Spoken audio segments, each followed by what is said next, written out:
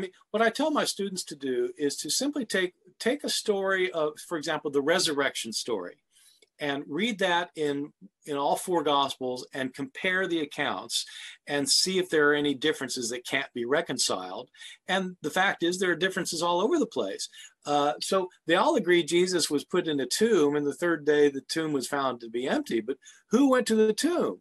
Which women? What were their names? How many of them were there? What did they see there? What were they told there? Did they do what they were told there? Did the disciples go and meet Jesus in Galilee, or did they stay in Jerusalem? I mean, just boom, story after story, everything's different. And so, so what happened? Well, you've got four accounts that can't agree on what happened. So what do you normally do when you've got four accounts that can't agree? Well, then you've got to figure out, you either have to figure out what happened, or you have to say, well, there's no way of knowing. Okay.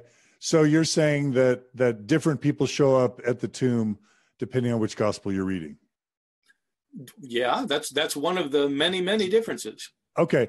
I noticed when I was growing up two things. One was that the sign above Jesus's head on the cross said something different literally in each of the four gospels. That's and I'm right. like, how did they get that wrong? Well, because nobody was there taking notes.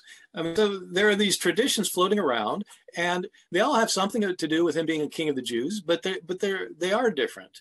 But it's another thing. You can take all the crucifixion narratives and simply line them up and compare them with each other and see whether they're consistent. And the reality is they're not consistent. They're not consistent on even what day he was dying on, or what time of day, the whole thing is different.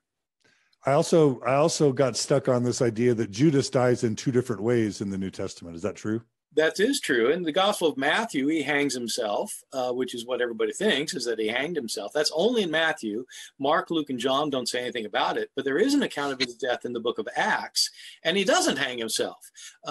He kind of bloats up and falls forward, and his guts gush out.